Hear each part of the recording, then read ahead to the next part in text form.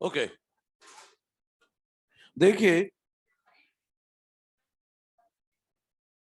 पिछली क्लास में ऑनलाइन वालों आवाज आ रही है मेरी? मॉड्यूल निकाल लो जब तक आप लोग निकाल लिया मॉड्यूल। चलिए आइए देखिए पिछली क्लास में हम सिंगल सेल प्रोटीन पढ़ रहे थे, है ना? सिंगल सेल प्रोटीन हमने पढ़ लिया था। ऑनलाइन वालों को एक लाइन के पहले ही ऑफ हो गया था, उनको दोबारा एक बार बोल देता हूं कि सिंगल सेल प्रोटीन में हम यूनिसेलुलर और मल्टी सेलुलर माइक्रोब यूज करेंगे एज फूड, है ना? यूनिसेलुलर और मल्टी सेलुलर माइक्रोब यूज करेंगे एज फूड, जिसके एग्जाम्पल में एक तो स्पाइरुलिना लिया हमने, एक बैक्टीरिया लिया मिथाइलोफाइलस मिथाइलोट्रोपस।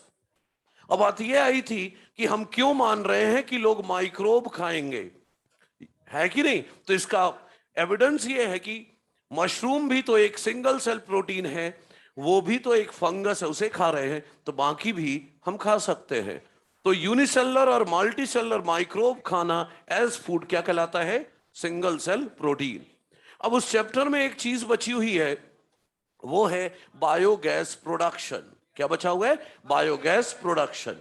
तो आइए बायोगैस प्रोडक्शन की बात करते हैं। ध्यान से अब इधर आ जाओ, ध्यान से देखो भाई, बायोगैस प्रोडक्शन समझने की बात है यहां पर। देखिए जो एनिमल डंग है या बोले काऊ डंग है, इससे हम बायोगैस का प्रोडक्शन करते हैं। किसकी मदद से? माइक्रोब्स की मदद से, राइट? देखिए चक्कर क्या है कि हमारे गांव के जो किसान हैं वो क्या करते हैं, जो एनिमल डंग होता है, काऊ डंग जो होता है, उसका डंग केक बना लेते हैं। डंग केक बनाकर उसे फ्यूल की तरह चूल्हे में जला लेते हैं खाना बनाने के लिए। काऊ डंग का डंग केक बनाया और चूल्हे में जला लिया फ्यूल के फॉर्म में। कोई इतना इंपॉर्टेंट जो फर्टिलाइजर हो सकता था एनिमल डंग, उसे जलाकर उन्होंने फ्यूल के फॉर्म में यूज कर लिया, खराब कर दिया।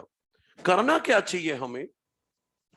जो काऊ डंग है या एनिमल डंग है, उससे हमें बायोगैस बनानी चाहिए, और जो बायोगैस बनेगी वही एनिमल डंग है, उससे बायोगैस बना सकते हैं। उस बायोगैस से हम गैस चूल्हा जला सकते हैं, खाना पकाने के लिए यूज कर सकते हैं। प्लस उस बायोगैस से जनरेटर भी चला सकते हैं, तो इलेक्ट्रिसिटी भी बन जाएगी। मतलब खाना पकाने का भी जुगाड़ हो गया, इलेक्ट्रिसिटी का भी जुगाड़ हो गया। जनरेटर चलाओगे बायोगैस से तो इलेक्ट्रिसिटी भी बन गई। प्लस बायोगैस प्रोडक्शन के बाद जो रेजिड्यू बचता है, लेफ्ट आउट जो बचता है, उसको फर्टिलाइजर के फॉर्म में यूज भी कर सकते हैं। तो लाइट का भी जुगाड़ हो गया, खाना पकाने का जुगाड़ हो गया, प्लस फर्टिलाइजर का भी जुगाड़ हो गया। ऐसा करना चाहिए। बायोगैस है क्या? बायोगैस मिक्सचर ऑफ गैसेस है। कौन कौन सी गैसेस? एक है मीथेन गैस, सबसे ज्यादा है methane gas, 50 to 70% methane gas होती है। CO2 होता है 30 to 40%, और H2N2 H2S, ये सब ट्रेसेस में होते हैं, ये सब ट्रेसेस में होते हैं, तो लेस अमाउंट में होते हैं। तो ये पूरा मिक्सचर ऑफ गैस कहलाता है बायोगैस। और बायोगैस बनाने के लिए सबसे इंपॉर्टेंट माइक्रोब जो है वो मिथेनोजन बैक्टीरिया। आर्की बैक्टीरिया में आता है ना मिथेनोजन। मिथेनोजन चाहिए बायोगैस प्रोडक्शन के लिए, मिथेनोजन। मिथेनोजन का एग्जाम्पल मिथेनो बैक्टीरियम, मतलब मिथेनोजन चाहिए बायोगैस प्रोडक्शन के लिए। बात आई ये मिथेनोजन कहां मिलेंगे? बायोगैस बनाना है तो आप ये बैक्टीरिया भी तो चाहिए आपको, तो ये कहां से पा सकते हैं? पहली जगह कि आप सीवेज ट्रीटमेंट प्लांट चले जाएं। सीवेज ट्रीटमेंट प्लांट, वहां पर अगर आपको सीवेज ट्रीटमेंट प्लांट के बारे में याद है तो वहां पर एक स्टेप पर क्या बनता था? Anaerobic sludge. एनारोबिक स्लज बनता था, that is rich in methanogen. तो या तो सीवेज ट्रीटमेंट प्लांट चले जाओ, वहां से एनारोबिक स्लज ले आओ, उसमें मिल जाएगा ये बैक्टीरिया। अच्छा, दूसरी जगह भाई डोमेस्टिक कैटल जो रूमिनेंट कैटल है, रूमिनेंट कैटल के स्टमक का एक पार्ट होता है, रूमेन स्टमक का पार्ट होता है, यहां भी मिथेनोजन पाए जाते हैं, राइट। और क्या करते हैं कैटल्स के स्टमक में, मिथेनोजन क्या करते हैं, सेलुलोज के डाइजेशन में हेल्प करते हैं। मैं तो कहता हूं क्यों जाना सीवेज ट्रीटमेंट प्लांट मिथेनोजन लेने, क्योंकि कैटल के स्टमक में ऑलरेडी मिथेनोजन है, उसके स्टमक में पहले से मिथेनोजन है, तो जो गोबर होगा उसमें भी तो कुछ मिथेनोजन आ जाएंगे, तो गोबर में खुद ही मिथेनोजन है, तो कहीं लेने जाने की जरूरत नहीं है। बायोगैस प्रोडक्शन की इंडिया में टेक्नोलॉजी, बायोगैस प्रोडक्शन की टेक्नोलॉजी इंडिया में डेवलप करी थी IARI ने, Indian agriculture research institute new Delhi, plus KVIC Khadi and village industries commission. Biogas production की टेक्नोलॉजी इंडिया में इन दोनों ने डेवलप की थी, एक तो IARI न्यू दिल्ली और दूसरा KVIC Khadi and village industries commission. इन दोनों ने मिलकर इंडिया में बायोगैस प्रोडक्शन की टेक्नोलॉजी को डेवलप किया। तो क्या थी वो टेक्नोलॉजी, आगे वो देखते हैं, ध्यान से देखिएगा। बायोगैस प्रोडक्शन के लिए सभी अलर्ट रहे और ध्यान से देखें। वो जो डायग्राम बना है ना, वो बताने जा रहा हूं एक्चुअली में। देखिए, सबसे पहले मिट्टी में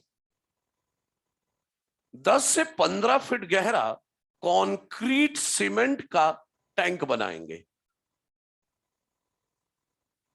10 to 15 feet deep concrete cement का टैंक बनाएंगे, जिसे हम डाइजेस्टर कहेंगे। क्या बोलेंगे? डाइजेस्टर। अच्छा, यहां पर जो कचरा डालना है ना, काउडंग, वो यहां से डालेंगे, जो कि यहां से सीधा यहां पहुंचेगा डाइजेस्टर में। यहां से वेस्ट मटेरियल डालेंगे, वो यहां पहुंचेगा डाइजेस्टर में। और जब बायोगैस का प्रोडक्शन हो जाएगा तो यहां पर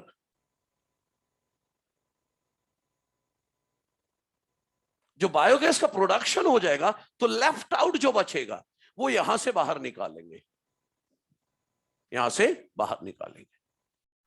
यहां से जो लेफ्ट आउट निकलेगा स्लज कहेंगे या स्पेंट स्लरी कहेंगे, स्पेंट स्लरी कहेंगे, और इसे यूज करेंगे फर्टिलाइजर की तरह, यूज करेंगे एज फर्टिलाइजर। अच्छा, वेस्ट कहां डालना है? इस डाइजेस्टर में, और इसी डाइजेस्टर के अंदर 3 स्टेप की प्रोसेस होगी। क्या होगी वो तो अभी थोड़ी देर में देखेंगे। इस डाइजेस्टर के अंदर 3 स्टेप की प्रोसेस होगी जिससे बायोगैस बनेगा। और वो बायोगैस कलेक्ट कहां होगा? वो बायोगैस कलेक्ट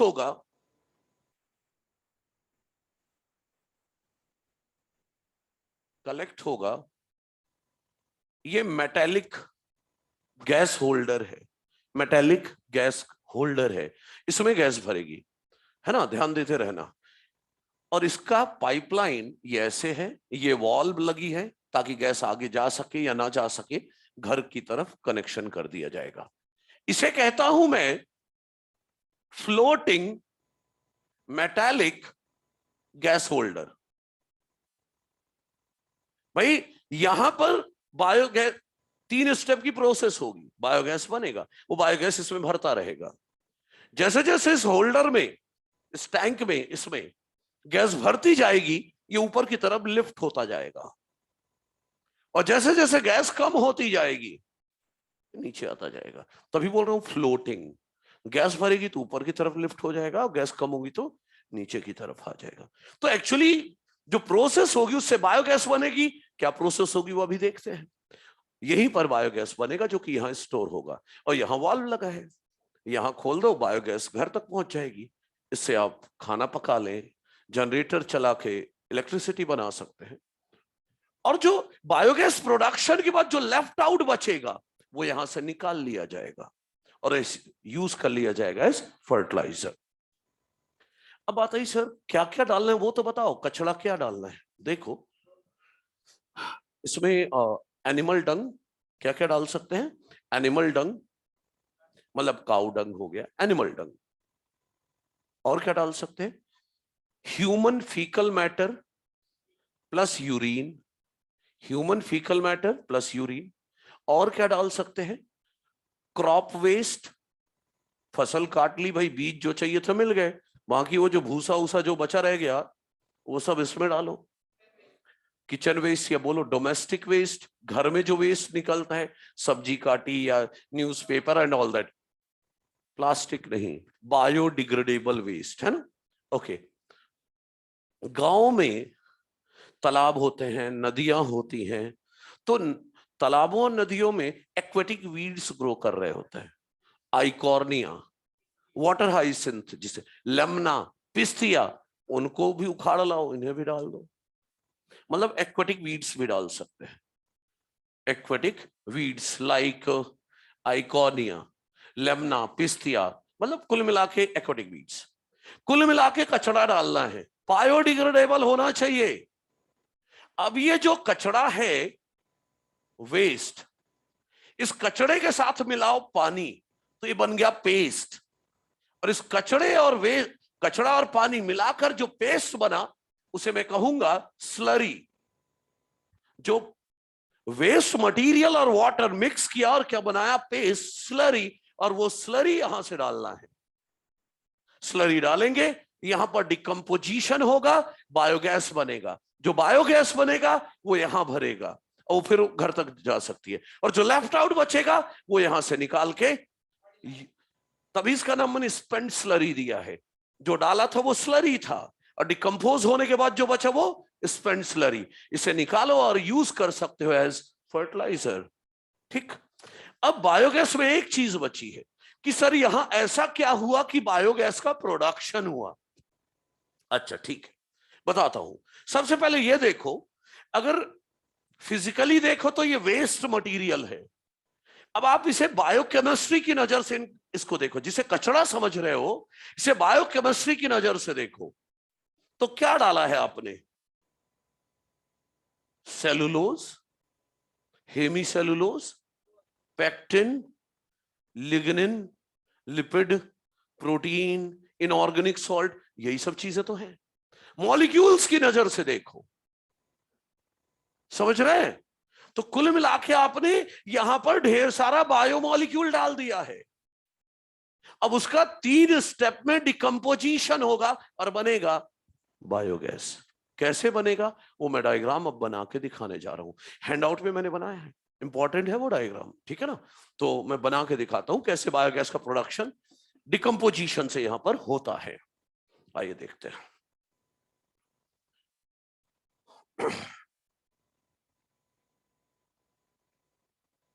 ये एक्वेटिक वीड इसलिए लिख दिया, कहीं कहीं पर क्वेश्चन आ जाता है कि कौन सा प्लांट भी यूज होता है बायोगैस प्रोडक्शन के लिए, तो एक्वेटिक वीड आ जाएंगे, आइकॉर्निया, लेमना, पिस्तिया, एक्वेटिक वीड्स खास करके, है ना, तो उनका नाम पहले देंगे।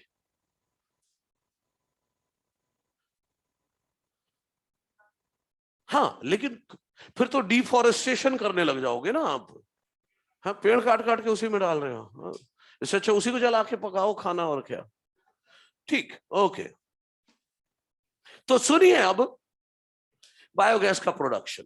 मैंने बोला कि जो डाइजेस्टर है उसने, उसमें आपने अपनी नजर में तो कचरा डाला, लेकिन मॉलिक्यूल्स की नजर से देखा जाए तो आपने डाला है cellulose, hemicellulose, pectin, lipid, protein, इस तरह करके lignin and another thing.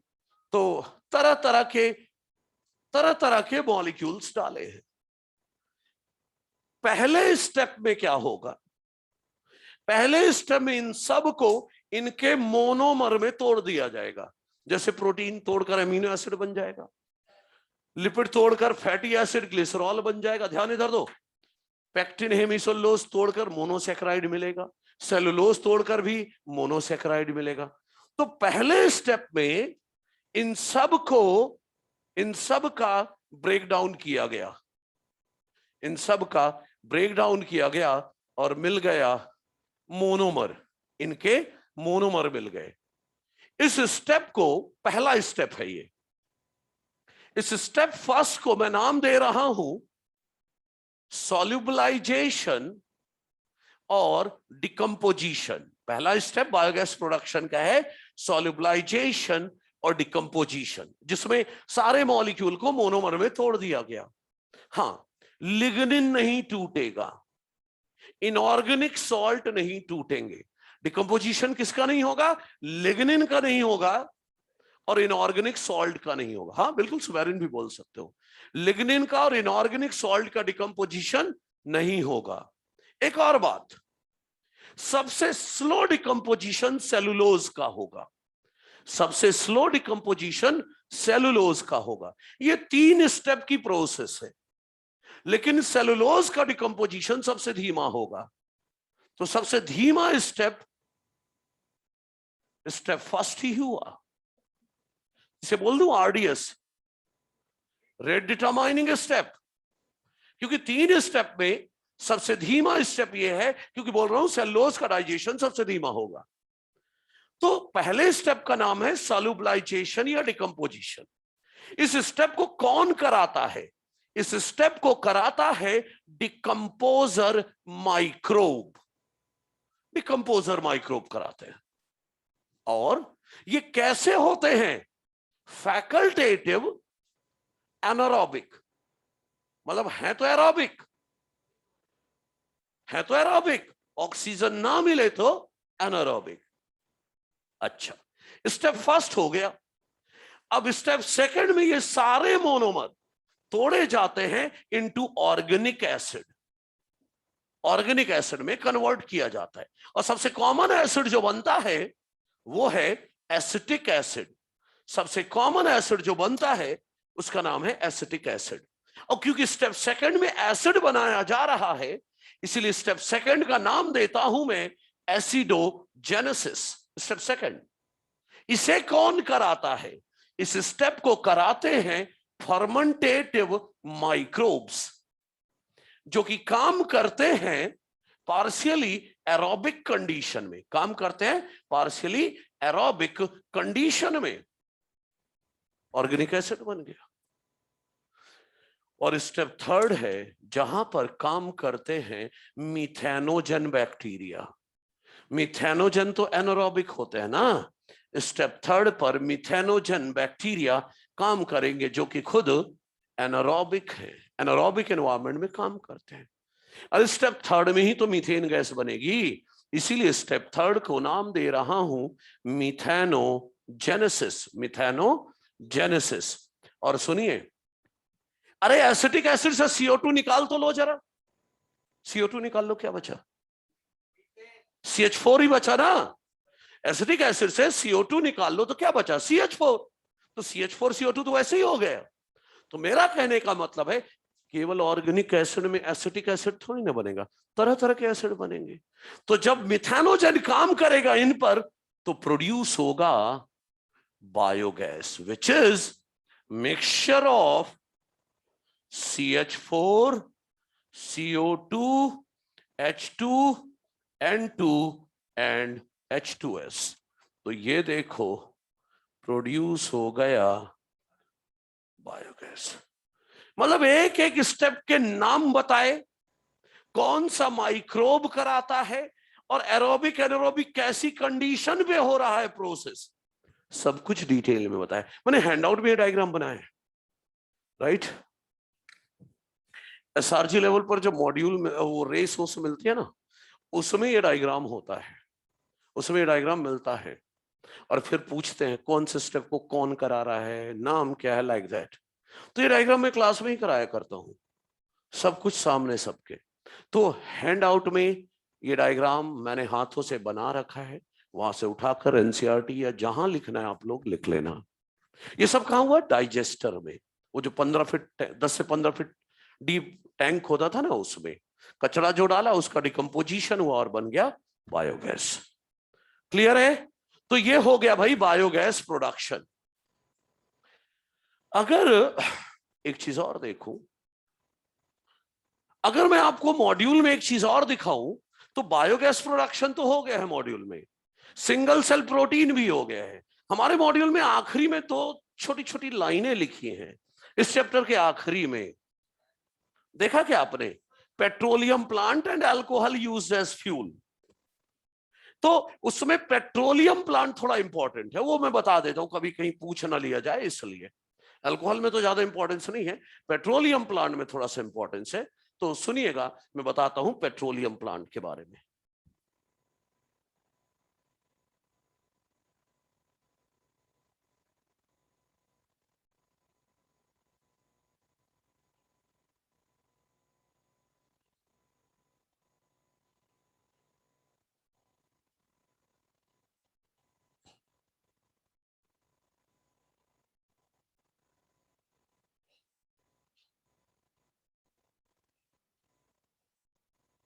Okay, चलिए देखते हैं पेट्रोलियम प्लांट्स। गौर करिएगा, अरे ये पेट्रोलियम प्लांट ना बहुत पुराना कॉन्सेप्ट है। ये जो केल्विन साइकिल वाले थे ना, मेल्विन केल्विन, उन्होंने कॉन्सेप्ट दिया था इसका। और इन्होंने पेट्रोलियम प्लांट किन्हें बोला था? प्लांट्स ऑफ फैमिली यूफॉर्बिएसी, एस्क्लेपियडेसी, हाँ, एपोसाइनेसी, इस फैमिली के प्लांट्स को, इन फैमिली के प्लांट्स को इन्होंने पेट्रोलियम प्लांट कहा था। मतलब पेट्रोल निकलेगा सर इनसे, देखते जाओ। यूफॉर्बिएसी फैमिली का एक एग्जांपल ले रहा हूं, जैट्रोफा। हिंदी में इसे रतन जोत कहते हैं, रतन जोत। छत्तीसगढ़ में खूब खेती होती है इसकी। डॉक्टर रमन थे छत्तीसगढ़ के पहले मुख्यमंत्री, जो इसके पहले जो थे, उनकी कार इसी से चलती थी, इसी रतन जोत से। बायोफ्यूल के फॉर्म में यूज करते थे उसे। अच्छा, मामला क्या है वो सुनो। अब आप देखो, ये जितने भी फैमिली मैंने बताए, इन प्लांट से सीक्रीट होता है लैटेक्स। लैटेक्स जानते हैं? कुछ प्लांट को तोड़ते हैं तो मिल्क मिल्क जैसा नहीं निकलता है, वही है लैटेक्स। तो एक्चुअली इन प्लांट से सीक्रीट होता है, इन सभी प्लांट से लैटेक्स, मिल्क जैसा सिक्रीशन होता है। लैटेक्स एक्चुअली है क्या? केमिकली देखो भाई, केमिकली लैटेक्स क्या है? Long chain liquid hydrocarbon. Long chain liquid hydrocarbon, यही तो है लैटेक्स। तो इन प्लांट से लैटेक्स निकाल लो, जो कि क्या है? Long chain liquid hydrocarbon. Purify कर लो। पता है जो पेट्रोल हम यूज करते हैं वो क्या है? Short chain liquid hydrocarbon. जो पेट्रोल आप यूज कर रहे हो वो क्या है? Short chain liquid hydrocarbon. और यहां क्या है? बस हो गया। या तो इसको एज इट इज यूज कर लो फ्यूल की तरह, या फिर तोड़ के बना लो ना, short chain liquid hydrocarbon, and use it in place of petrol. समझ गए? ये है पेट्रोलियम प्लांट का कॉन्सेप्ट। ठीक, अल्कोहल में कुछ नहीं है, आप चाहोगे तो पढ़ लोगे, नहीं तो नहीं। कि अपन कोशिश कर रहे हैं कि गाड़ियों के इंजन ऐसे मॉडिफाई कर लें कि अल्कोहल से चलने लगे गाड़ियां। ब्राजील, ब्राजील पहली कंट्री है जिन्होंने अपनी इंजन को, गाड़ी के इंजन को इतना मॉडिफाई कर लिया है कि 100% अल्कोहल से उनकी कार चल सकती है। इतना इंजन को मॉडिफाई कर लिया है। हमने कितना मॉडिफाई कर लिया अपने इंजन को? हमने इतना मॉडिफाई कर लिया अपने गाड़ियों के इंजन को कि हम सिर्फ 5% अल्कोहल पेट्रोल के साथ मिलाकर यूज कर सकते हैं। मतलब सिर्फ 5% अल्कोहल मिला के पेट्रोल की जगह यूज कर सकते हैं। और यूएसए इतना मॉडिफाई कर चुका है अपने गाड़ियों के इंजन को कि 10% अल्कोहल मिला सकता है पेट्रोल के साथ। लेकिन ब्राजील पूरी तरह से पेट्रोल ही हटा दो, पूरा अल्कोहल से, 100% अल्कोहल से ही चलाओ। तो ये भी एक फ्यूल की तरह है। ठीक है भाई? ओके, तो चलिए माइक्रोब्स इन ह्यूमन वेलफेयर की बात खत्म करते हैं। अब हम अगला पार्ट करने जा रहे हैं, प्लांट ब्रीडिंग। ये प्लांट ब्रीडिंग, ये गलतफहमी में ना रहे ना कि पूरा चैप्टर है ये। एक्चुअली इस चैप्टर के दो पार्ट हैं। अरे पीछे पीछे एनसीईआरटी में strategies for enhancement of food production वाला मिला क्या? इसमें दो हिस्से हैं। एक हिस्सा है एनिमल ब्रीडिंग, जूलॉजी वाले कोई सर आएंगे वो पढ़ाएंगे आपको, और दूसरा हिस्सा है प्लांट ब्रीडिंग, वो मुझे पढ़ाना है। तो अब जो पढ़ाने जा रहा हूं ये पूरा चैप्टर नहीं है, एक चैप्टर का आधा पार्ट है प्लांट ब्रीडिंग। मॉड्यूल में भी है, एनसीईआरटी में भी है। चलिए मैं बात करता हूं प्लांट ब्रीडिंग की। एनसीईआरटी में थोड़ा सिस्टमैटिक, मॉड्यूल में हमने थोड़ा अलग ढंग से लिख दिया है, सिस्टमैटिक और कुछ नहीं। तो चलिए ध्यान से समझते हैं अब प्लांट ब्रीडिंग। शुरुआत एनसीईआरटी प्लांट ब्रीडिंग की यहां से करती है। ध्यान से सुनो, मॉड्यूल में भी है, एनसीईआरटी में जो अभी मैं बोलने जा रहा हूं ना, ये अगले पेज में 172 पेज में, इसके बाद शुरुआत से बोलूंगा। ये मक्के के ऊपर जो पैराग्राफ है ना, ये बोलने जा रहा हूं। वो मेज के ऊपर पैराग्राफ नहीं है, हाँ बस 172, हाँ ये थोड़ा सा बोलने जा रहा हूं, इसके बाद शुरुआत से पढ़ूंगा। मॉड्यूल में हमने उसी सीक्वेंस में लिखा है। सुनिए, इंडिया मेनली एक एग्रीकल्चरल कंट्री है। इस चैप्टर में हमें यही पढ़ना है कि सफल किसान कैसे बने। तो बड़े अलर्ट होकर सुनना है, क्योंकि प्लान बी नहीं, मैं ऐसे नहीं बोलता, मैं ऐसे बोलता हूं क्योंकि इसमें काफी कुछ याद करने का, अभी शुरुआत में तो बहुत समझने का है, अंत भी इसका बहुत समझने वाला है। बीच का कुछ पार्ट है जो बिल्कुल याद ही करना है। मस्त मस्त टेबल बनी हुई है, एक आध दो पेज और बढ़ के देखो, और कुछ ज्यादा प्रोबेबिलिटी इन्हीं टेबल से क्वेश्चन की होती है। मतलब ये दोनों टेबल आपको करना ही करना है, समझ रहे हैं? तो चलो वापस, अब मैं जो बोलने जा रहा था वो ध्यान से सुनो। शुरुआत में समझने का, अंत भी समझने से होगा। बीच में थोड़ा सा है पार्ट 15-20 मिनट 25 मिनट का जहां याद करने का। सुनो, एनसीईआरटी कहती है इंडिया मेनली एग्रीकल्चरल कंट्री है। एग्रीकल्चर कंट्रीब्यूट करता है 33% ऑफ इंडियाज जीडीपी। जीडीपी मतलब ग्रॉस डोमेस्टिक प्रोडक्ट है ना, 33% कंट्रीब्यूट करता है। और एग्रीकल्चर प्रोवाइड करता है employment to 62% of the population. इसके बाद एनसीईआरटी कहती है कि जब हमारे देश को आजादी मिली, इंडिया को जब इंडिपेंडेंस मिली, सबसे बड़ी प्रॉब्लम हमें यह फेस करना पड़ा कि फूड प्रोडक्शन बढ़ाना है। फूड प्रोडक्शन बढ़ाना है, जो पॉपुलेशन बढ़ रही है उसके लिए।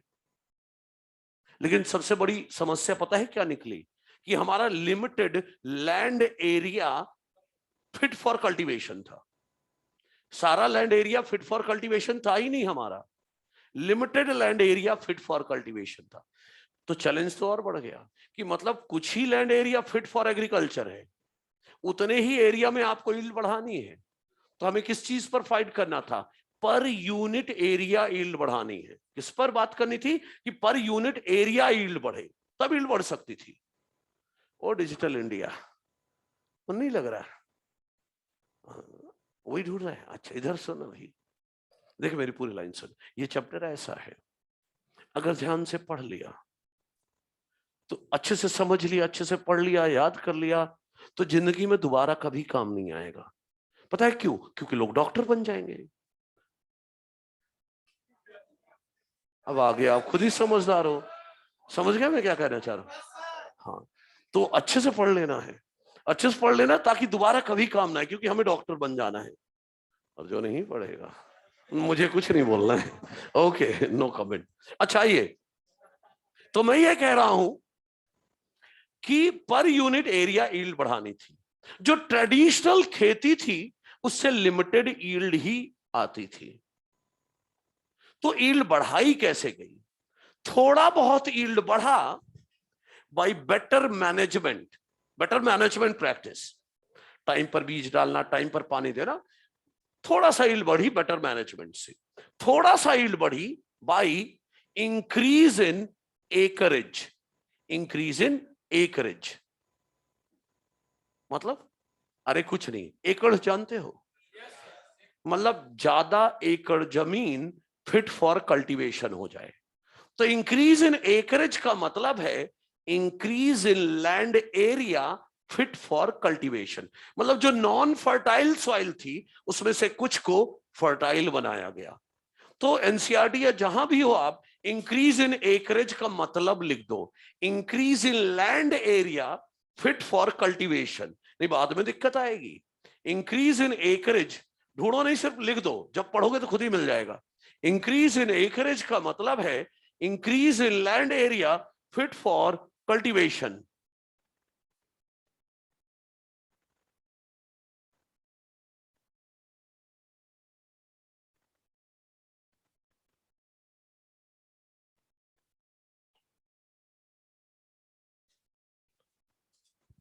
और इन ये जो भी टॉपिक चल रहे हैं जो ऑनलाइन है उनको बता दूं, गूगल ड्राइव पे इन सब के हैंडआउट्स हैं। माइक्रोस प्लांट ब्रीडिंग नाम का एक फाइल है, उसमें जाकर आप देख सकते हैं। रुद्राक्ष बता चुका हूं, मशरूम का है ना, सारी चीजें बता चुका हूं, ठीक है। चलिए, तो इंक्रीज इन एकरेज का मतलब है increase in land area fit for cultivation. तो थोड़ा बहुत यील्ड बढ़ी बेटर मैनेजमेंट प्रैक्टिस से और एकरेज बढ़ाने से, लेकिन मेनली यील्ड बढ़ी प्लांट ब्रीडिंग से।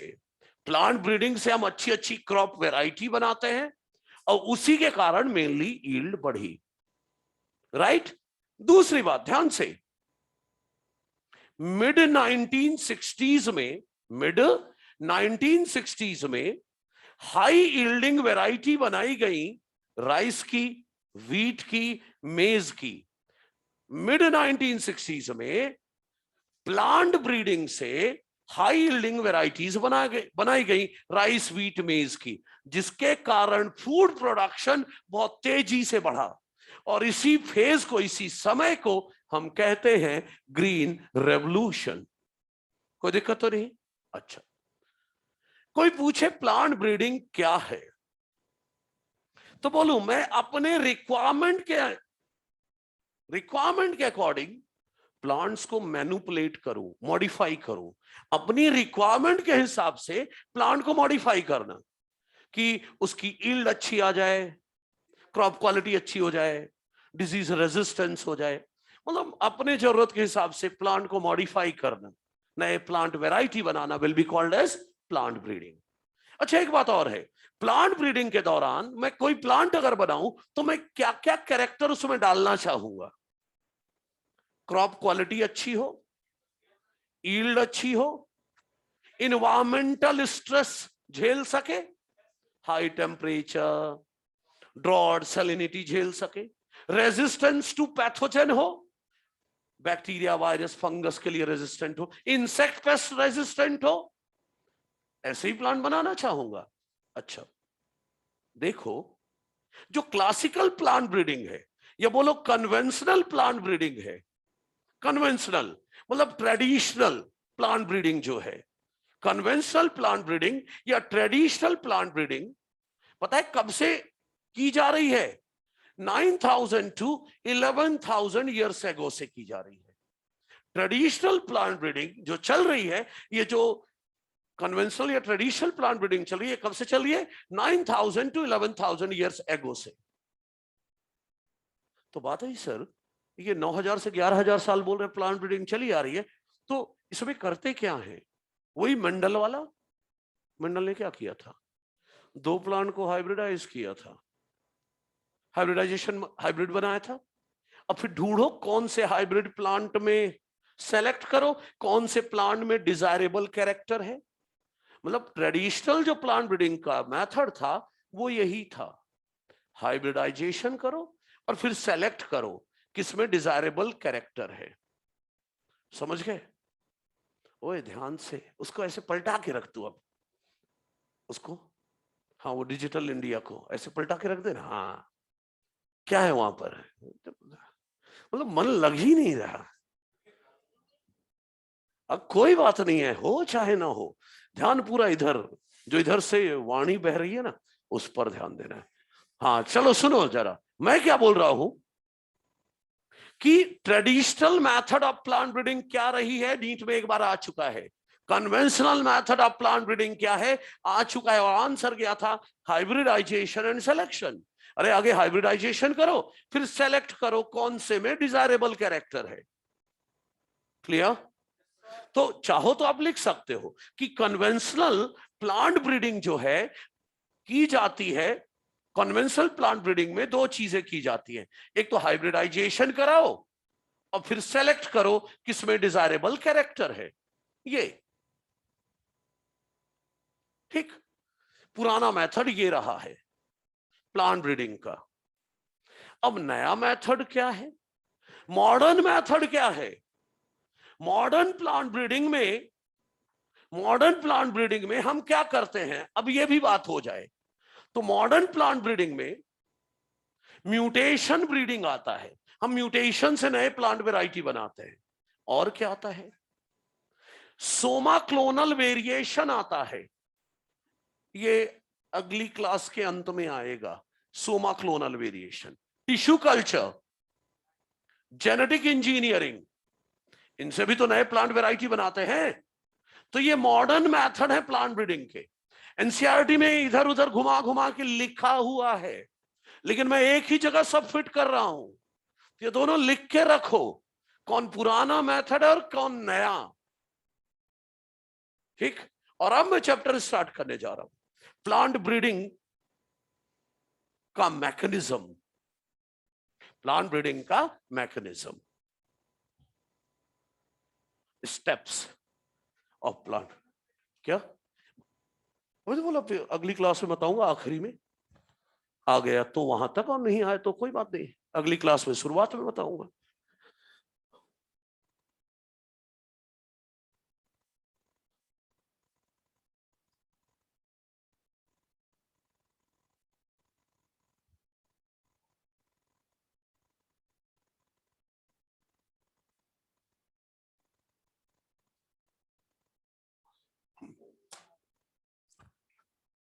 अब मैकेनिज्म बोला था ना, शुरुआत में कुछ समझने का है। प्लांट ब्रीडिंग से कोई नई प्लांट वैरायटी बनानी है तो क्या क्या स्टेप फॉलो करने पड़ते हैं वो पढ़ना है। एनसीईआरटी में भी 5 स्टेप दिए हैं, मॉड्यूल में भी वही 5 स्टेप दिए हैं, बड़े ध्यान से समझना है। ठीक है, ये समझने का, फिर कुछ याद करने की चीजें आएंगी। पहला स्टेप देख लो, मॉड्यूल एनसीईआरटी सब जगह लिखा होगा, कलेक्शन ऑफ वेरिएबिलिटी। क्या लिखा है? Collection of variability.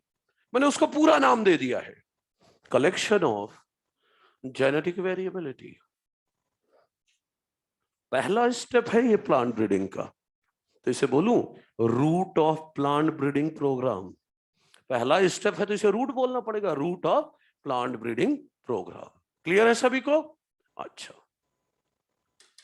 अब इसमें क्या क्या करना है, मैं आगे अपना टारगेट बता देता हूं आपको कि मैं क्या बनाना चाह रहा हूं प्लांट ब्रीडिंग से। प्लांट ब्रीडिंग से मान लो मैं गेहूं की एक वैरायटी बनाना चाहता हूं, गेहूं की एक वैरायटी बनाना चाहता हूं जिसमें प्रोटीन कंटेंट हाई हो और डिजीज रेजिस्टेंट भी हाई हो। Protein content high, disease resistant high, ऐसा गेहूं का पौधा बनाना चाह रहा हूं। क्लियर? तो उसके लिए क्या क्या स्टेप फॉलो होंगे वो बता रहा हूं। पहला step, collection of variability. India में जितने भी गेहूं के अच्छे वैरायटी होंगे उनके बीज या पौधे इकट्ठे कर लूंगा। समझ रहे हैं क्या? गेहूं के जितने भी अच्छी वैरायटी है इंडिया में उनके बीज या पौधे इकट्ठे कर लूंगा। पहला स्टेप ये, और इसी को कह रहा हूं कलेक्शन ऑफ जेनेटिक वेरिएबिलिटी। बात आई सर गेहूं के पौधे इकट्ठे करोगे, लेकिन कौन कौन से, अच्छे तो बोल दिया आपने, लेकिन कौन कौन से गेहूं के पौधे इकट्ठे करोगे? Number one cultivated improved varieties. गेहूं की वो वैरायटी जो इंप्रूव्ड वैरायटी है और उनका कल्टीवेशन चल रहा है, उनकी खेती की जाती है, उन्हें कलेक्ट करूंगा। और कौन सा कलेक्ट करूं?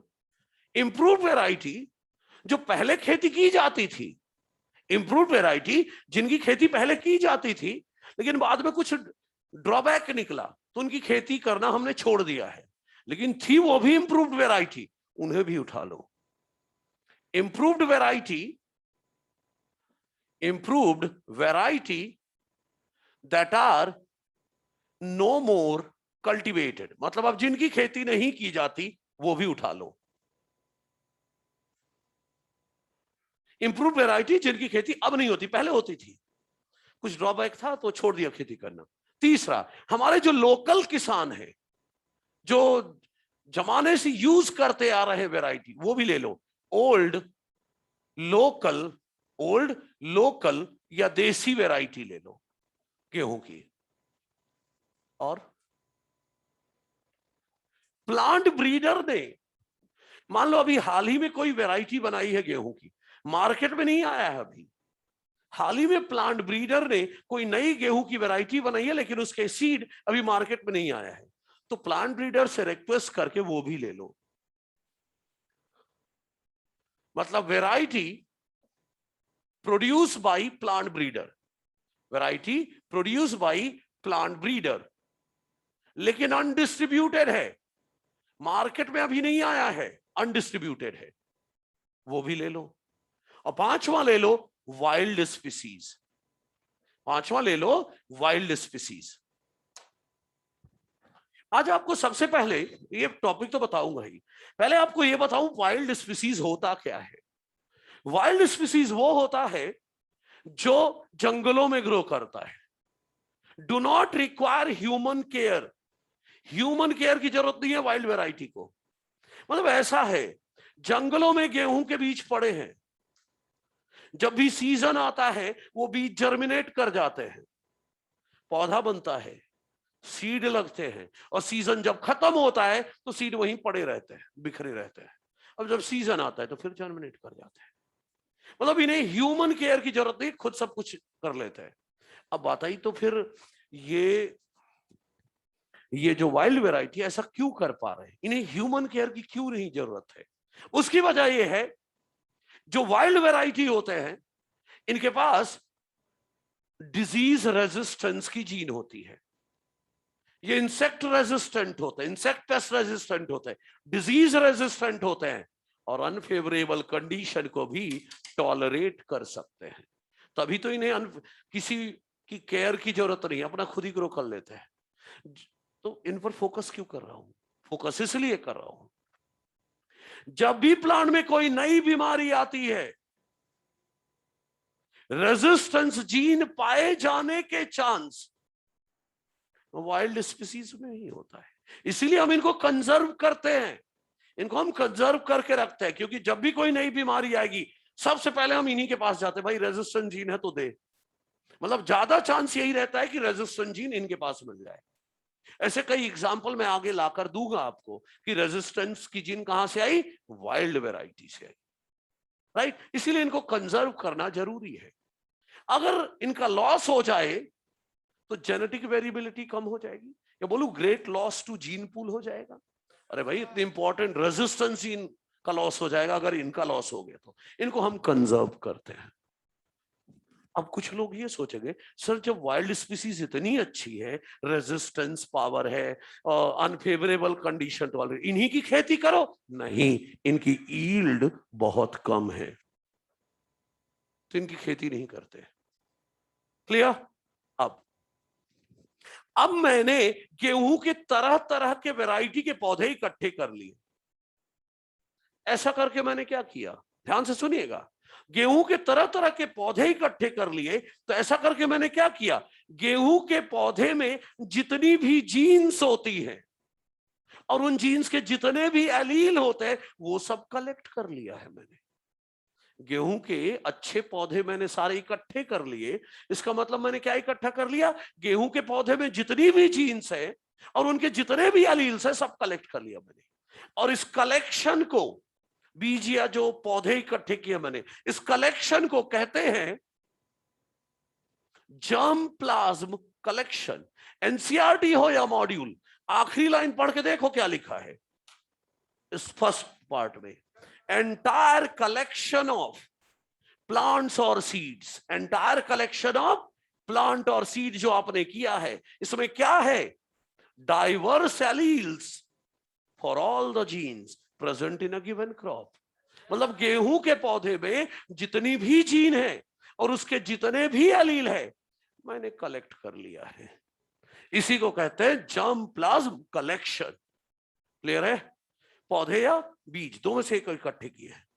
मान लो मैंने कुछ पौधे कलेक्ट किए थे, पता है एक पौधे में ना हाई यील्ड का कैरेक्टर था, एक पौधे में हाई यील्ड का कैरेक्टर था, एक पौधे में डिजीज रेजिस्टेंस का कैरेक्टर था, हाई डिजीज रेजिस्टेंस का कैरेक्टर था, एक पौधे में हाई इंसेक्ट रेजिस्टेंस का कैरेक्टर था, हाई इंसेक्ट रेजिस्टेंट का कैरेक्टर था, एक में हाई प्रोटीन कंटेंट का कैरेक्टर था।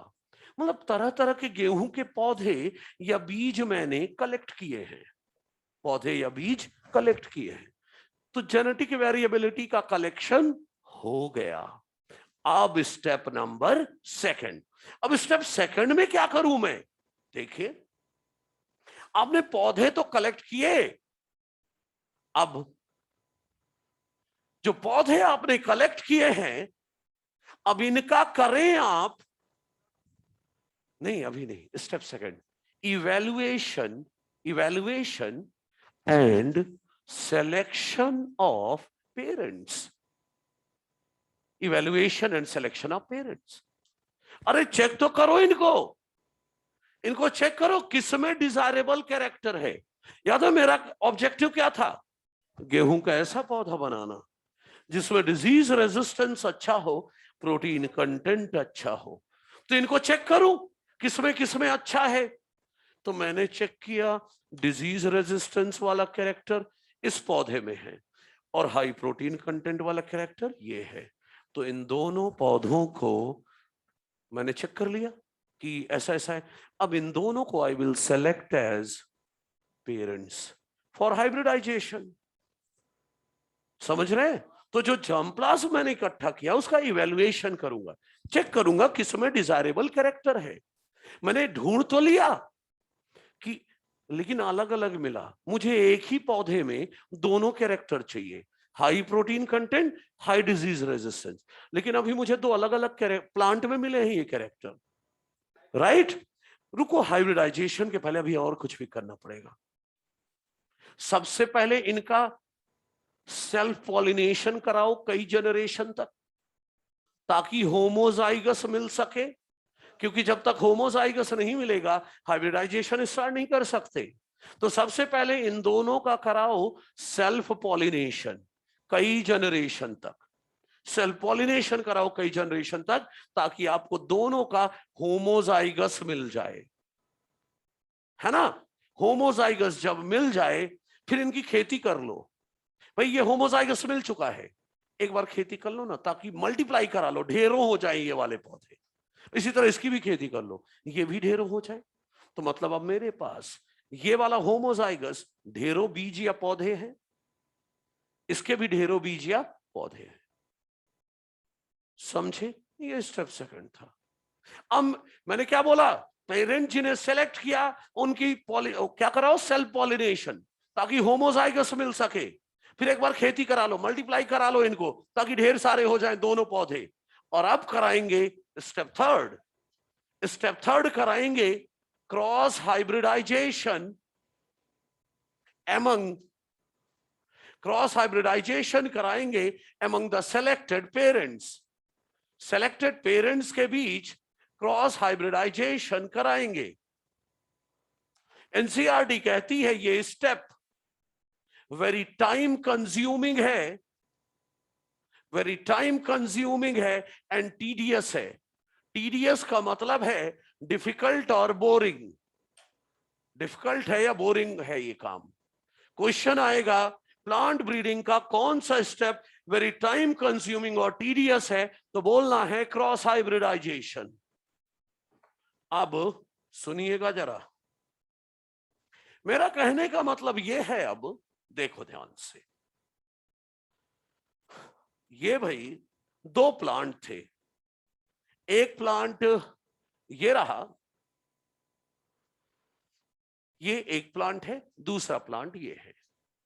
इसमें हाई डिजीज रेजिस्टेंस का कैरेक्टर है, हाई डिजीज रेजिस्टेंस का कैरेक्टर है, और दूसरे में हाई प्रोटीन कंटेंट का कैरेक्टर है। इनको मैंने सबसे पहले सेल्फ पॉलिनेशन करके होमोजाइगस बनाया, और इसके बाद अब इनके बीच हाइब्रिडाइजेशन कराने वाला हूं। आपको पता है, जिसे फीमेल पेरेंट लोगे, मान लो इसे फीमेल पेरेंट लिया, तो इसका इमेस्कुलेशन कराना होगा, मतलब एंथर हटा देना होगा, बस ओवरी स्टाइल स्टिग्मा बचाएंगे। और जो मेल प्लांट है उसमें कुछ नहीं कराना है, उसमें ओवरी स्टाइल स्टिग्मा एंथर सब बचा रहने देना है। मतलब ये मेल प्लांट है, इनके बीच हाइब्रिडाइजेशन कराना है। तो अपन क्या करेंगे, इसका पोलन ग्रेन, याद है नहीं, इमेस्कुलेशन, बैगिंग, टैगिंग, डस्टिंग, वो सब है ना, तो इसका पोलन ग्रेन यहां पर हम डस्टिंग कर देंगे, पोलन ग्रेन यहां पर डालेंगे। तो अब आप बोलोगे सर, हाँ पोलन ग्रेन डाल दिया सर, अब यहां फर्टिलाइजेशन हो जाएगा, डिजायर्ड हाइब्रिड मिल जाएगा। तो सर फिर वेरी टाइम कंज्यूमिंग और बोरिंग क्यों बोल रहे हो? ये कहने की बात है कि मैं एक बार इसको क्रॉस कराऊं और डिजायर्ड हाइब्रिड मिल जाएगा। इस तरह का 100 से 1000 क्रॉस करूंगा, ये पहला सेट है। इस तरह के जब 100 से 1000 क्रॉस करूंगा, तब जाकर किसी एक में डिजायर्ड वैरायटी का पौधा मिलेगा। समझ रहे हो? तो ये कहने की बात है कि इसका पोलन ग्रेन इसमें डालो, लो डिजायर्ड वैरायटी बन गया। जरूरी नहीं कि बने। तो जब 100 से 1000 क्रॉस करते, तब जाकर कहीं एक दो पौधे ऐसे मिलते हैं जिनमें डिजायर्ड कॉम्बिनेशन होता है। तो सोचो, अगर मान लो मुझे 100 से 1000 क्रॉस करना है, मतलब इस तरह के, ये एक सेट है, हाँ, इस तरह के मुझे 100 पौधे लेने, 100 ये, और इस तरह के 100 क्रॉस कराने, पोलन ग्रेन उठा उठा के डालते रहने। हुआ ना? तो टाइम कंज्यूमिंग एंड बोरिंग। ठीक है, तो कहने का मतलब ये हुआ, मैंने क्रॉस हाइब्रिडाइजेशन करा दिया। अब इस उम्मीद से कराया कि डिजायर्ड पौधा मिलेगा। देखो ना, जब मैंने इसमें पोलन ग्रेन डाला तो फर्टिलाइजेशन हुआ होगा, और यहां पर सीड लगे होंगे। ये फर्टिलाइजेशन के बाद जो सीड लगे, यही तो हाइब्रिड्स हैं, है ना? तो इन सीड्स को अपन यहां पर ले आओ, सीड को, और जर्मिनेट कराओ, सीड को जर्मिनेट कराओ, तो ये क्या बन गया? हाइब्रिड पौधा। मेरे पास इस तरह, मान लो मैंने 1000 क्रॉस नहीं किए थे, मैंने 100 क्रॉस किए थे, इस तरह के पोलन ग्रेन ट्रांसफर वाला 100 एक्सपेरिमेंट किए थे, ध्यान देना, 100 क्रॉस किए थे, और 100 प्लांट में इस तरह के सीड लगे हैं। मतलब मेरे पास इस तरह के 100 पौधे हैं जिनमें बीज लगे हैं। अब इन 100 के 100 पौधों के बीजों को जर्मिनेट कराओ, हाइब्रिड पौधा बनाओ, और चेक करो किसमें डिजायर्ड कैरेक्टर है। यही स्टेप 4 होगा। स्टेप 4 है selection and testing of superior recombinants. Selection and testing of superior recombinants. NCERT कहती है most crucial step for success of plant breeding program. सबसे crucial step success of plant breeding program के लिए। क्यों? अरे यही स्टेप तो आपको आपका डिजायर्ड पौधा देने वाला है। यही स्टेप तो आपको आपका डिजायर्ड पौधा देने वाला है। इसीलिए एनसीईआरटी कहती है it require careful scientific evaluation. मतलब ये जो पौधे उगाए हैं आपने 100 बीजों से ऐसे निकाल निकाल के, इनका केयरफुल साइंटिफिक इवैल्यूएशन, अच्छे से चेक करना होगा कि किसमें डिजायर्ड कैरेक्टर है। क्योंकि अगर आपने गलत चेक किया तो आपको डिजायर्ड पौधा सही से नहीं मिलेगा। तो केयरफुल साइंटिफिक इवैल्यूएशन की जरूरत, अच्छे से चेक करना है। क्लियर? ओके, तो चलिए सुनिए। हाँ, देखे ना, पैथोजेंस देंगे उनको। हाँ बिल्कुल। देखिए अब ध्यान से देखिए, अब ध्यान से सभी। मेरे पास मैंने इस तरह के 100 क्रॉस कराए थे, तो इस तरह के 100 पौधे मिले थे जिनमें बीज लगे थे।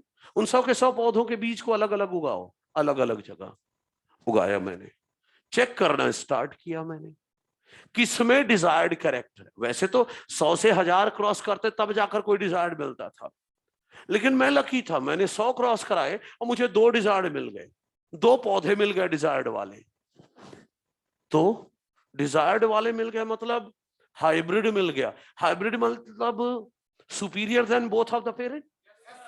भाई इधर एक पेरेंट के पास रेजिस्टेंस अच्छा था, प्रोटीन कंटेंट पुअर था। एक पेरेंट के पास प्रोटीन कंटेंट अच्छा था, रेजिस्टेंस पुअर था। लेकिन इसके पास दोनों चीजें अच्छी है, रेजिस्टेंस भी अच्छा है, प्रोटीन कंटेंट भी अच्छा। यही तो हाइब्रिड वीगर था। तो हमें वही प्लांट तो ढूंढना है। इस तरह के 100 पौधे जो आपने उगा लिए, इनको चेक करो कौन सा ऐसा पौधा है जिसमें हाई प्रोटीन कंटेंट और रेजिस्टेंस भी अच्छा है। मैं लकी था, 100 क्रॉस किया, 100 में से 2 क्रॉस से ऐसे पौधे मिल गए जिनमें प्रोटीन कंटेंट हाई था और रेजिस्टेंस भी हाई था। अब मेरी मुश्किल बढ़ गई, 2 मिल गए, कोई बात नहीं, 2 डिजायर्ड पौधे मिल गए ना। चेक करो उन 2 में से ज्यादा सुपीरियर कौन सा है। अगर 2 रिकॉम्बिनेंट आपको डिजायर्ड मिल गए तो उनमें से बेस्ट कौन है वो लेना है। ले लिया। मान लो, ध्यान से देखो, इसको जेनेटिक्स के टर्म में दिखाता हूं। हाई रेजिस्टेंस एंड मतलब हाई रेजिस्टेंस मतलब capital R, low protein content small P P, low protein high resistance, high protein capital P P, low resistance small R. तो ये जो डिजायर्ड पौधा मिला है, ये capital P small P capital R small R है, ये मिल गया मुझे। अब आप बोलोगे सर बढ़िया हो गया, मिल तो गया, डिजायर्ड वैरायटी का पौधा मिल तो गया। अभी बात पूरी नहीं है। अगर इसे ऐसे ही रहने दूं तो अगली जनरेशन जो आएगी उसमें ये 2 कैरेक्टर अलग भी हो सकते हैं। इतनी मेहनत से 2 कैरेक्टर, हाई रेजिस्टेंस और हाई प्रोटीन कंटेंट, इन 2 को 2 प्लांट से मिला के एक में डाला है। तो अभी मेरा काम खत्म नहीं हुआ है, मुझे डिजायर्ड पौधा मिल तो गया, लेकिन अब मैं कराऊंगा इसका self pollination for many generation. देखो ना, देखो देखो इधर, इसका सेल्फ पॉलिनेशन अगर मैं कराऊं, यही है ना, capital P small P capital R small R, यही है ना सेल्फ पॉलिनेशन। याद है डायहाइब्रिड क्रॉस है, 16 का चेकर बोर्ड बनेगा। तो 16 का चेकर बोर्ड बनेगा, तो कुछ plant capital P P capital R R आएंगे, लेकिन कुछ small P P capital R R, है ना, कुछ capital P P small R R आएंगे। मुझे ऐसे प्लांट नहीं चाहिए, ये तो बेकार है, मुझे ये वाला पौधा चाहिए। तो मैं कई जनरेशन तक सेल्फ पॉलिनेशन कराऊंगा और इन पौधों को कलेक्ट करूंगा capital P P capital R R, ताकि अगर मुझे बीज capital P P capital R R वाले मिल गए, इसके आने वाली सभी जनरेशन हाई प्रोटीन कंटेंट और हाई रेजिस्टेंस वाली होंगी। क्या कहते हो? अब इसका सेल्फ पॉलिनेशन कराओ ना, क्यों capital P P capital R R ही तो आता जाएगा। इसीलिए एनसीईआरटी हो या मॉड्यूल, ध्यान से सुनिएगा, लिखते हैं कि जब डिजायर्ड पौधा मिल जाए, they are self pollinated for many generation. कब तक? जब तक कि होमोजाइगोसिटी ना स्टैब्लिश हो जाए। क्यों होमोजाइगस बना रहे हो? ताकि ये जो 2 कैरेक्टर है आने वाली जनरेशन में अलग ना हो जाए, सेग्रीगेट ना हो जाए। समझे? तो डिजायर्ड पौधा मिल गया और वो भी कई जनरेशन सेल्फ पॉलिनेशन कराने से होमोजाइगस मिल गया। ये है जो पौधा मैं बनाना चाह रहा था। होमोजाइगस हो चुका है, सेल्फ पॉलिनेशन कराते रहो, एक ही टाइप का प्लांट आएगा। होमोजाइगस अगर ये हो चुका है तो इसको मैं चाहे जितनी जनरेशन सेल्फ पॉलिनेशन कराऊं, इसके सारे पौधे हाई प्रोटीन हाई रेजिस्टेंस वाले ही बने रहेंगे। तो कंफर्म हो जाएगा। हाँ, वो मॉडर्न मेथड है ना प्लांट ब्रीडिंग का, अभी हम ट्रेडिशनल मेथड पढ़ रहे हैं, पुराना जो चलता आ रहा है। अच्छा ठीक है, डिजायर्ड पौधा मिल गया, लेकिन अभी खुश होने की बात नहीं है।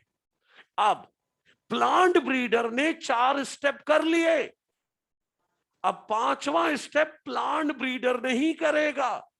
ध्यान से देखिए, स्टेप 5 टेस्टिंग, ध्यान से सभी, testing, release and commercialisation of new cultivar. Cultivar से मतलब है वैरायटी, न्यू कल्टीवर्स मतलब वैरायटीज, नई वैरायटीज को कॉमर्शियलाइज करना। अच्छा सुनो, ये काम प्लांट ब्रीडर नहीं करेगा, ये काम करेगा कौन?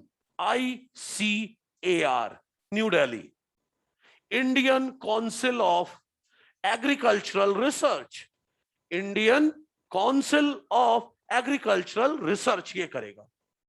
देखो ध्यान से सुनो अब पूरी बात। प्लांट ब्रीडर ने पौधा बना लिया, डिजायर्ड पौधा उसे मिल गया, अब वो पहुंचा, प्लांट ब्रीडर कहां गया? ICAR, और ICAR में जाकर बताया कि मैंने गेहूं का एक ऐसा पौधा बनाया है जिसमें हाई प्रोटीन कंटेंट और हाई रेजिस्टेंस है, ये बताया कि मैंने ऐसा पौधा बना लिया है। तारीफ करी अपने गेहूं के बीज जो इसने बनाया। तो ICAR वालों ने बोला दो भाई क्या बनाया है, तो बीज दे दिया। तो इसका काम, प्लांट ब्रीडर का काम खत्म। अब जो भी करेगा इन बीजों के साथ, step 5 Indian council of agricultural research वाले करेंगे। क्या करेंगे सुनिएगा, कोई भेदभाव नहीं होगा। क्या करेंगे सुनो अब। सबसे पहले ICAR वाले, रिसर्च फील्ड है वहां, रिसर्च फील्ड में इन बीजों को उगाएंगे, रिसर्च फील्ड में इन बीजों को उगाएंगे और इन बीजों को देंगे ideal condition of fertilizer and irrigation. कोई भेदभाव नहीं करेंगे बीजों के साथ। आइडियली गेहूं को जितना फर्टिलाइजर चाहिए, इरिगेशन चाहिए, सब देंगे, रिसर्च फील्ड में ग्रो करेंगे और चेक करेंगे जो जो आप बोल के आए थे ना, मेरा बीज ऐसा है वैसा है, सब चेक करेंगे। क्या यील्ड अच्छी है, क्या क्रॉप क्वालिटी अच्छी है, क्या हाई प्रोटीन कंटेंट है, क्या हाई डिजीज रेजिस्टेंट, सब चेक करेंगे। मान लो पास हो गया रिसर्च फील्ड में, अभी बात फाइनल नहीं हुई है, अभी सिर्फ रिसर्च फील्ड में आइडियल कंडीशन में सब देकर ग्रो किया, सब कुछ सही निकला, जो जो आप बता के आए थे वही वही था कैरेक्टर उसमें। अब ICAR वाले इसको उगाएंगे कि फार्मर के फील्ड में, किसान के खेत में उगाएंगे। एक सीजन नहीं, कम से कम 3 सीजन। अरे एक सीजन हो सकता है इत्तेफाक से सब कुछ अच्छा रहे, अगले सीजन में गड़बड़ हो जाए, तो कम से कम रिसर्च फील्ड में सब कुछ सही आ चुका है, अब उनको अभी भरोसा नहीं है, तो फार्मर के फील्ड में, किसान के खेत में उगाएंगे कम से कम 3 सीजन। और केवल दिल्ली में नहीं, northern India, southern India, western India, eastern India, central India, मतलब इंडिया में जितने भी एग्रो क्लाइमेटिक जोन हैं, जितने भी एग्रीकल्चर वाले जोन हैं, उन सब में उगाया जाएगा, सब जगह चेक किया जाएगा। राइट, कि जो जो आप बोल के वो कैरेक्टर सभी जगह आ रहा है या नहीं। अच्छा चलो सुनो एक बात और, जो जो आप बोल के आए हो वो तो ये चेक करेंगे ही, प्लस ये भी चेक करेंगे। मान लो बिहार में उगाया, फॉर एग्जांपल बिहार में उगाया, तो वो बिहार में जब उगाएंगे तो जो जो कैरेक्टर आप बोल के आए वो तो कैरेक्टर चेक करेंगे ही, प्लस ये भी चेक करेंगे कि जो बिहार की जो लोकल वेराइटीज जो सबसे अच्छी है उससे ये बेटर है या नहीं। अगर बेटर है तो फिर मार्केट में आएगी बिहार के, अदरवाइज भाई क्यों लेगा कोई। समझ रहे हैं? तो बिहार में अच्छी आ गई, वहां के लोकल वैरायटी से अच्छी थी, मार्केट में आ जाएगी ये वैरायटी। लेकिन जब इसे साउथ इंडिया में उगाया तो जो जो आपने बताया वो कैरेक्टर तो था, लेकिन वहां की जो लोकल वैरायटी जो बेस्ट वाली है उससे अच्छा परफॉर्म नहीं कर पाया, तो वहां इसको मार्केट में रिलीज नहीं किया जाएगा। समझे? तो जब भी अलग अलग जोन में उगाया जाएगा तो वहां की जो बेस्ट लोकल वैरायटी है उससे भी कंपेयर किया जाएगा इसको। इसके बाद फिर मार्केट में रिलीज किया जाएगा। जहां जहां अच्छा परफॉर्म करेगा लोकल वैरायटी से भी बेटर, वहीं पर रिलीज किया जाएगा। ठीक है? तो इस तरह प्लांट ब्रीडिंग से नई प्लांट वैरायटी बनाई जाती है। इसके बाद मॉड्यूल में हमारे म्यूटेशन ब्रीडिंग दिया है। हैंडआउट में मैंने कुछ पेजेस बाद बताया है, लेकिन आप तो अभी मॉड्यूल में ही देख लो म्यूटेशन ब्रीडिंग। अरे सुन लो, छोटी सी बात है, देखो भाई ध्यान से। हाँ, पहले भी बता चुका, राइट? देखो ध्यान से सुनो। जब भी कोई नई बीमारी आती है प्लांट में तो हम दौड़ पड़ते हैं वाइल्ड स्पीसीज के पास कि भाई रेजिस्टेंस जीन हो तो बता, है ना? और अगर रेजिस्टेंस जीन है तो फिर ये वाला मेथड यूज करेंगे, अरे हाइब्रिडाइजेशन करा देंगे और क्या। तो ज्यादा चांस यही होते हैं कि जो बीमारी का रेजिस्टेंस जीन है वो वाइल्ड वैरायटी के पास मिल जाता है। लेकिन मान लो एक बीमारी आई और उसका रेजिस्टेंस जीन, जो जीन आपको चाहिए था, वो वाइल्ड वैरायटी में नहीं था। मतलब जब सारे अप्रोच खत्म हो जाते हैं तब म्यूटेशन ब्रीडिंग का हेल्प लिया जाता है, क्योंकि म्यूटेशन ब्रीडिंग खुद अपने आप में एक ब्लाइंड अप्रोच है, पता नहीं क्या बन जाएगा। तो ध्यान से सुनिएगा, जो जीन मुझे चाहिए वो अगर नहीं मिली तो फिर म्यूटेशन ब्रीडिंग, वही गामा रेडिएशन डालकर या कोई केमिकल डालकर म्यूटेशन करेंगे। इस बार नीट में आया था कि नई प्लांट वैरायटी बनाने के लिए क्या यूज करते हैं, गामा रेडिएशन, इंफ्रारेड रेडिएशन, तो गामा रेज, राइट? दो एग्जांपल तो पहले ही बताया था मैंने आपको। म्यूटेशन ब्रीडिंग से दो वैरायटी तो मैं पहले ही बता चुका हूं आपको कि हाँ बिल्कुल, मैक्सिको से लाई गई थी सोनोरा 64 वैरायटी और लेरमा रोजो 64 वैरायटी, लेकिन ये इंडिया में अडॉप्ट नहीं कर पाई थी, तो इनमें गामा रेडिएशन डाल के म्यूटेशन कराया गया था। तो इससे जो वैरायटी बनी थी उसका नाम शरबती सोनोरा रखा गया था, और इससे जो बना था उसे पूसा लेरमा कहा गया था। And both these two variety contributed a lot to green revolution in India।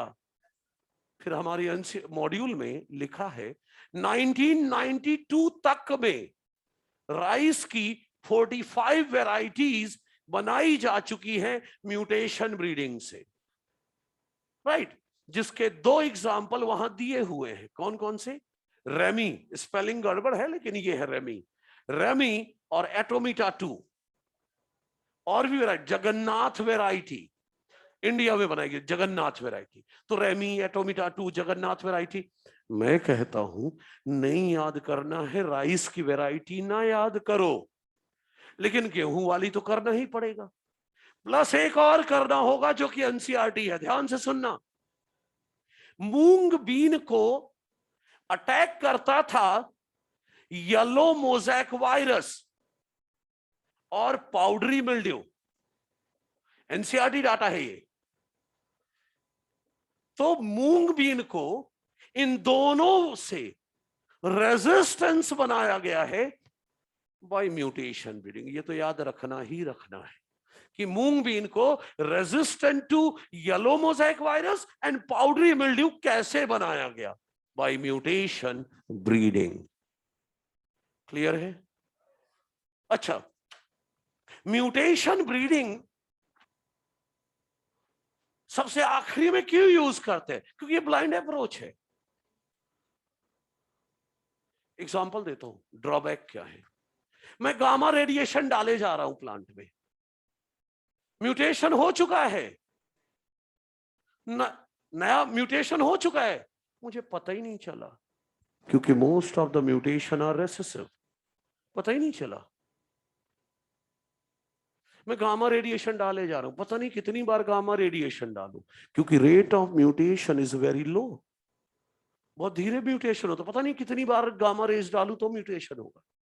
तीसरा, मैं गामा रेडिएशन डाला, म्यूटेशन हो गया प्लांट में, वो भी यूजलेस, किसी काम का नहीं। मैंने गामा रेडिएशन डाला प्लांट में म्यूटेशन हो गया, वो भी लीथल, प्लांट ही मर गया। मैंने गामा रेडिएशन डाला, इस बार यूजफुल हुआ, जो चाहिए था वो बन गया। तो बिल्कुल तुक्के वाली बात है ये, तभी बोल रहा हूं ब्लाइंड अप्रोच है बिल्कुल। और एक बात और, म्यूटेशन से जो नई वैरायटी बनाई जाती है उस पर हमेशा उसे डाउट की नजर से देखा जाता है। पता नहीं कब ये वापस रिवर्ट होकर अपने ओरिजिनल फॉर्म में आ जाए। बैकवर्ड म्यूटेशन याद है, फॉरवर्ड म्यूटेशन, बैकवर्ड म्यूटेशन। तो म्यूटेशन से जो नई वैरायटी बनाई जाती है उसे हमेशा शक की नजरों से देखा जाएगा, पता नहीं फिर से ओरिजिनल कब हो जाए अपना। समझ गए मेरी बात? तो ड्रॉबैक है म्यूटेशन ब्रीडिंग के, तो कम यूज करते हैं। लेकिन अब जब कोई रास्ता ना हो, कहते हैं ना डेड एंड आ गया, अब क्या करें, कुछ तो करना पड़ेगा, तब म्यूटेशन ब्रीडिंग यूज करते हैं। क्लियर? इसके बाद आपका मॉड्यूल हो या एनसीईआरटी, इसमें अगली हेडिंग आती है plant breeding for crop improvement. ओए चुप हो जा। क्रॉप, अरे बहुत अच्छी अच्छी चीज बताने वाला हूं। क्रॉप यील्ड बढ़ानी है। क्या बढ़ानी है? Crop yield. एक एक करके, पहले मैं गेहूं की यील्ड कैसे बढ़ी वो बताऊंगा, फिर राइस की, शुगर केन की, मेज की। पहले गेहूं की बात करता हूं। गेहूं की यील्ड कैसे बढ़ी वो देखिए आप। देखो, ध्यान से समझिएगा सभी, ध्यान से।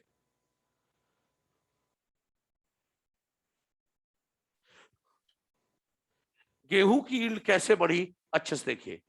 अरे गेहूं को ड्वार्फ बनाने वाली जीन, ड्वार्फिंग जीन मिली नॉरिन 10 जापान में। नॉरिन 10 जापान में, ये ड्वार्फिंग जीन है इसकी, जापान में मिली। एक्चुअली एक पौधा था नॉरिन 10 नाम का, और उसमें जो जीन थी उसका नाम रख दिया गया नॉरिन 10, और वो ड्वार्फ था। तो मतलब इसी जीन के कारण गेहूं का पौधा ड्वार्फ होता है। आप ये जानिए, ना मुझे प्लांटॉल चाहिए गेहूं का, चावल का, ना टॉल चाहिए, ना ड्वार्फ चाहिए, मुझे सेमी ड्वार्फ चाहिए। क्योंकि अगर गेहूं चावल के पौधे का टॉल हुए तो बहुत तेज हवा चली एक डायरेक्शन में, बहुत तेज हवा चली या बारिश हुई एक डायरेक्शन में, पूरी फसल गिर जाएगी। तो मुझे टॉल नहीं चाहिए, ना तो ड्वार्फ चाहिए। क्योंकि ड्वार्फ में तो पौधा इतना ही छोटा है, थोड़ी सी बारिश होते ही पूरा पौधा पानी में डूब जाएगा, पूरी फसल डिस्ट्रॉय हो सकती है। तो ना तो टॉल चाहिए, ना तो ड्वार्फ चाहिए, मुझे सेमी ड्वार्फ चाहिए। और कोई टॉल पौधा है, टॉल है, उसको ये जीन दे दो ना, तो टॉल से थोड़ा छोटा हो जाएगा, बोले तो सेमी ड्वार्फ हो जाएगा। इस काम आने वाली है ये जीन। तो ड्वार्फिंग जीन मिल गई जापान में। सबसे पहले इस जीन का यूज किया अमेरिकन प्लांट ब्रीडर ने। किसने यूज किया? अमेरिकन प्लांट ब्रीडर ने। बाद में इस जीन का यूज किया डॉक्टर नॉर्मन बोरलॉग ने, जिन्हें कहा जाता है फादर ऑफ ग्रीन रेवोल्यूशन पूरे वर्ल्ड के। ये जो नॉर्मन बोरलॉग थे, ये काम कर रहे थे at international centre for wheat and maize improvement, Mexico. Wheat and maize improvement Mexico में काम कर रहे थे।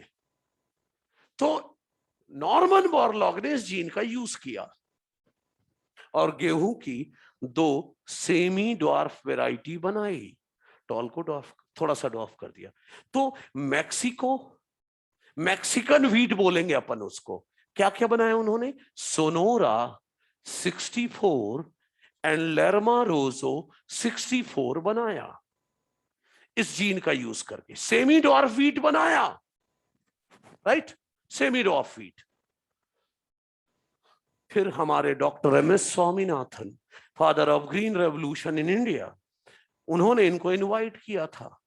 तो ये 3 पौधे लेकर आए थे दो बताया था ना, मैं एक और जोड़ रहा हूं क्योंकि उस समय तो बता ही नहीं सकता था। सोनोरा 64, लेर्मा रोजो 64 और नॉरिंटन। तो नॉरिंटन तो डॉर्फिंग जीन है, कोई दिक्कत नहीं, लेकिन ये पौधे इंडिया में अडॉप्ट नहीं कर पाए। तो डॉक्टर एम एस स्वामीनाथन ने इन दोनों प्लांट में गामा रेज डालकर नई जो वीट वेराइटी आई, सोनोरा 64 से बन गया शरबती सोनोरा, और लेरमा रोजो 64 से बन गया पूसा लेरमा। वो ये किसने बनाया? डॉक्टर एम एस स्वामीनाथन ने। ये दोनों गेहूं की वैरायटी ने कंट्रीब्यूट किया है काफी for green revolution in India. India में ग्रीन रेवोल्यूशन को काफी कंट्रीब्यूट किया है। अच्छा, हाँ तो कही है और क्या है। अब 1963 में डाटा चल रहे हैं, अब 1963 में गेहूं की दो और वैरायटी इंडिया में रिलीज की गई, सोनालिका एंड कल्याण सोना। और ये जो सोनालिका और कल्याण सोना गेहूं की वैरायटी है, इनका कैरेक्टर देख लो, एनसीईआरटी हो या मॉड्यूल दोनों जगह मिलेगा कि इनमें हाई यील्ड था, डिजीज रेजिस्टेंस था, high yield and disease resistant. ये दोनों वैरायटी इंडिया में रिलीज की गई। सेमी डॉफ वैरायटी हैं जो भी नई आ रही हैं, राइट। अच्छा, 1960 से 2000 तक में हमने वीट का प्रोडक्शन 11 मिलियन टन से बढ़ाकर 75 मिलियन टन कर लिया है। 11 मिलियन टन से 75 मिलियन टन कर लिया है, ठीक है। तो गेहूं की यील्ड कैसे बढ़ी वो बताया, बाकी तो अगली क्लास में बताऊंगा, लेकिन राइस की यील्ड कैसे बढ़ी वो बताकर मैं चुप हो जाऊंगा। किसकी यील्ड बढ़ा रहा हूं? राइस की यील्ड कैसे बढ़ी। और अरे बड़ा प्यारा नाम आने वाला, अभी देखना। हाँ भाई, क्या? हाँ बच्चे याद करना, ईयर भी याद रखना है और ये भी याद रखना है। टोटल डाटाबेस क्वेश्चन बनेगा यहां। किसको? ये दोनों को सेमी डॉर्फ वैरायटी ही बनाई थी हमने, हाँ बनाई थी। अच्छा सुनिए, इसी तरह अब ध्यान से सुनिए, राइस, राइस को ड्वार्फ करने की जीन, ध्यान से, राइस की जो ड्वार्फिंग जीन है, बड़ी प्यारी जीन थी, ताइवान में मिली थी। ताइवान में नहीं, ताइवान।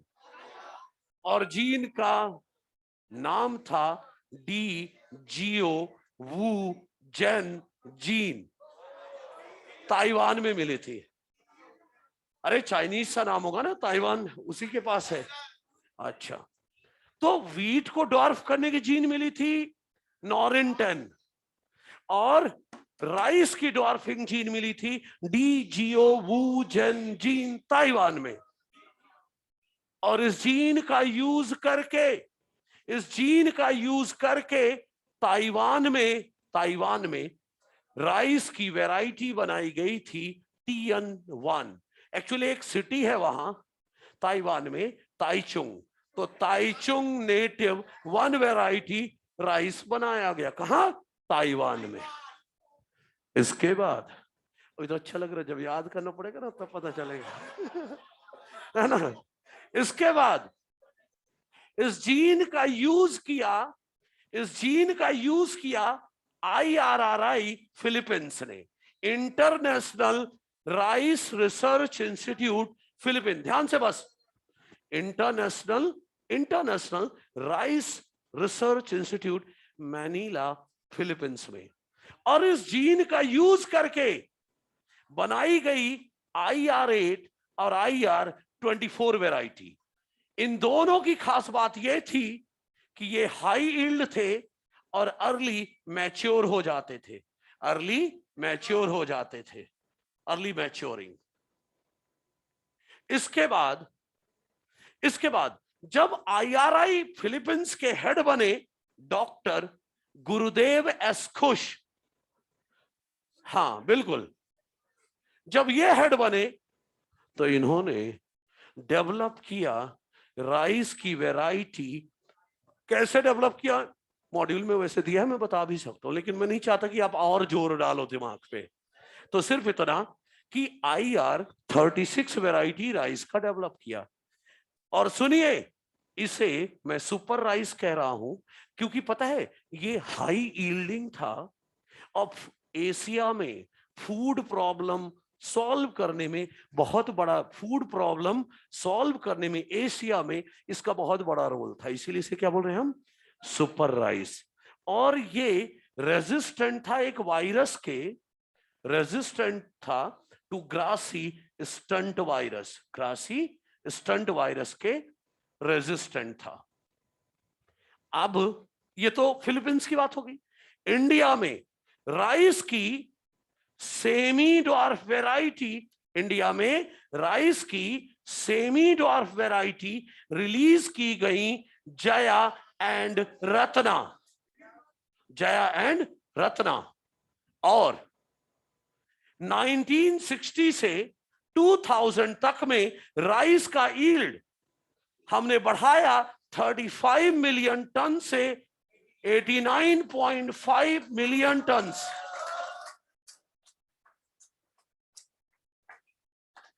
ठीक, गेहूं की यील्ड बढ़ा दी मैंने, चावल की भी बढ़ गई। अगले के क्लास में शुगर केन की, मिलेट्स की बढ़ाएंगे। आज के लिए इतना ही, चलो भाई, ओके ठीक है भाई, ऑनलाइन वालों बाय बाय।